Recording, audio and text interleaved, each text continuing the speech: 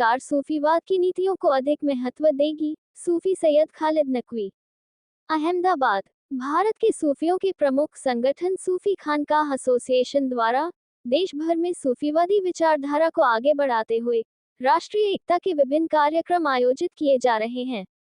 इसी क्रम में अहमदाबाद में सूफी खानकाह एसोसिएशन राष्ट्रीय कार्यकारी अध्यक्ष पीर सूफी सैयद खालिद नकवी अल हुसैनी ने विश्व विख्यात सूफी संत हजरत सैयद शाह आलम बुखारी रहमतुल्लाह अलैह के दरबार में हाजिरी दी और मुल्क हिंदुस्तान की सलामती, एकता और भाईचारे के लिए दुआ मांगी। इस मौके पर मीडिया को संदेश देते हुए उन्होंने कहा कि भारत सदियों से सारी दुनिया को प्यार, मोहब्बत और भाईचारे का संदेश देता आया है। सूफीवादी परंपरा ने भारत की इस परंपरा को बखूबी निभाया है। उन्होंने कहा कि देश के सूफी संतों ने देश की स्थानीय भाषा और तहजीब को संरक्षित करने का काम किया है। इसके अनेकों उदाहरण हैं। आज सारा संसार जिस प्रकार अशांति के माहौल में रह रहा है, उसके निदान के लिए ये जरूरी है कि सूफीवादी नीतियों को आगे बढ़ाया जाए। उन्होंने कहा कि वर्तमान समय में देश की जनता ने एक बार फिर श्री नरेंद्र मोदी के नेतृत्व वाले गठबंधन पर भरोसा जताया है।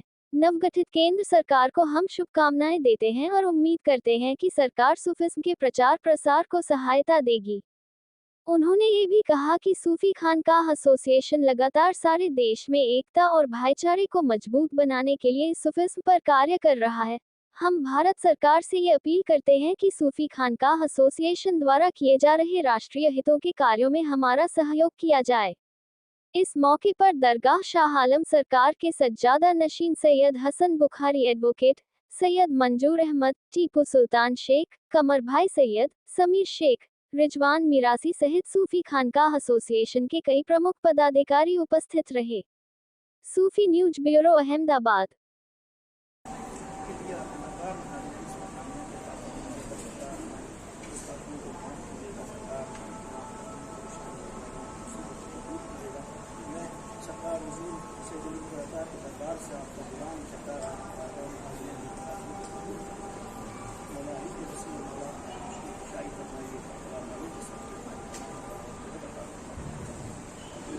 जो भी हाजिर दरबार हाजिर है, मौला सबकी हाजिरी को कबूल फरमाइएगा। मौला सबकी जायज़ तमन्नाओं को पूरा फरमाइएगा। मौला इसने आप उठाकर अमीन किया आपकी विलायत का सबके हक को मौला सबकी हाज रखिएगा।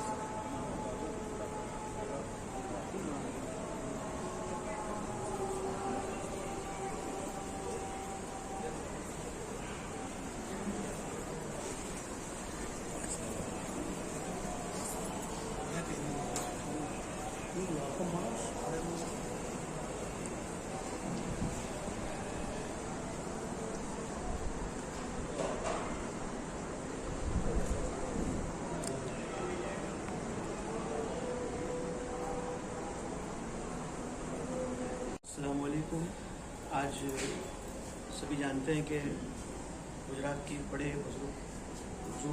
हुजूर साहिब सरकार के दरबार में चादर पेश की गई।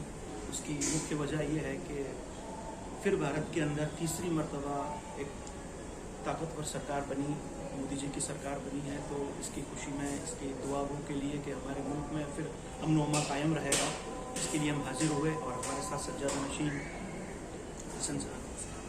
हसन साहब मौजूद हैं, आपके बड़े भाई मौजूद हैं, मंजूर हुसैन बाबा मौजूद हैं, दीगर लोग मौजूद हैं। सब ने मिलकर जो है चादर पेश की और मुल्क के लिए दुआ की और ख़ास मोदी जी के अलायंस के लिए दुआ की कि सरकार हमको मजबूत सरकार मिले। और फिर जिस तरह देश जिस कामयाबी की राह पर चल निकला था, फिर इस तरह आगे बढ़ता रहे, यही दुआ खैर है दरबार में। और ख़ासकर मुबारकबादी पेश करना चाहते हैं नरेंद्र मोदी जी को कि फिर से इन्होंने जो है भारत की कमान संभाली है।